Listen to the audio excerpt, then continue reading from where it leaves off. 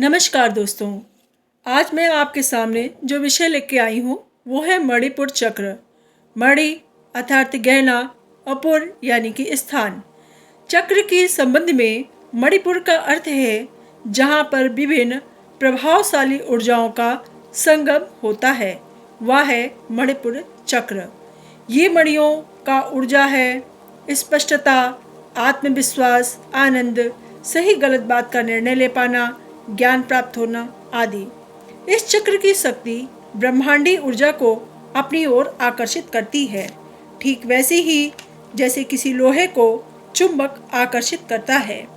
यह चक्र रीढ़ की हड्डी में नाभि के पीछे स्थित होता है। इसका प्रतीक चिन्ह एक अतिरिक्त त्रिभुज है जो विकास, उद्गम व फैलाव को दर्शाता है। इस चक्र के देवता हैं भगवान विष्णु, जो सकारात्मकता व पवित्रता का प्रतीक है, और देवी हैं लक्ष्मी जी, जो स्मृति की देवी हैं। इन्हीं से भौतिक व आध्यात्मिक उन्नति हो पाती है। पाचन तंत्र की क्रियाएं इस चक्र से संबंधित होती हैं।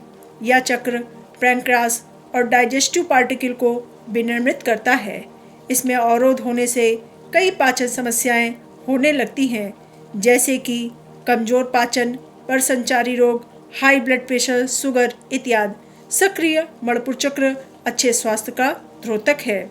इसके सांकेतिक कमल चक्र में 10 पंखुड़ियाँ होती हैं, जो 10 प्राणों जैसे प्राण, अपान, व्यान, उदान, समान, नाग, कुर्म, क्रकिल, द्योदर्त और धनंजय व प्रमुख शक्तियों का प्रतीक होती हैं। इसका मंत्र रम है। इस चक्र का रंग पीला है। इसके वर्ण हैं डम, ओम, वाम, थाम, दम, धम, नम, पम, फम इत्यादि। इसका तत्व अग्नि है। शरीर में अग्नि तत्व सौरमंडल में गर्मी के समान ही प्रतीक होता है। इसका गुण रूप है, जो मानव की उचित आहार विहार से परिपक्व होता है। इसके तत्व बीज की गति ऊपर की ओर होती है और इसका प्रतीक पशु मेष यानी कि मेढ़ा होता है। इस चक्र के चारों ओर समान वायु होती है। इसकी गति अंदर की ओर होती है। यह चक्र मानव के आत्मशुद्धि, आत्मवान होने का प्रतिनिधित्व करता है। अव्यवस्थित जीवन शैली के कारण इस चक्र में विकृतियां आने लगती हैं। इस चक्र की विकृति से जीवन में अनेक विकृतियां पैदा हो जाती हैं, जैसे कि तनाव, शंका, हिंसा, अपयश, अपमान, बदला, चुगली, ईर्ष्या, घृणा, भय, अधूरी सफलता और कई प्रकार के रोग इस विकृत चक्र के लक्षण हैं। जिसकी ऊर्जा इस चक्र में एकत्रित होती है, उसके काम करने की इच्छा बनी रहती है। वो व्यक्ति संसार में कर्म योगी बनकर जीता है। स्वाधिष्ठान चक्र के नकारात्मक प्रभावों को जीत करके ही हम मणिपुर चक्र को जागृत कर सकते हैं। इसके जागृत होने पर हमारा स्वास्थ्य मजबूत व ऊर्जा नियंत्रित रहती है।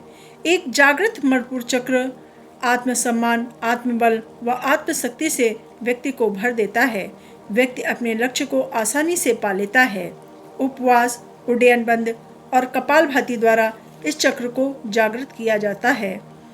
इस चक्र को जागृत करने के लिए रिंग फिंगर को थंब के रूट से लगाएं और अग्नि मुद्रा में बैठकर रम, जो इसका बीज मंत्र है इस चक्र का, उस पर ध्यान करेंगे और पेट से श्वास लेंगे। यम नियम, उचित आहार विहार के उचित ध्यान से यह चक्र सक्रिय होता है।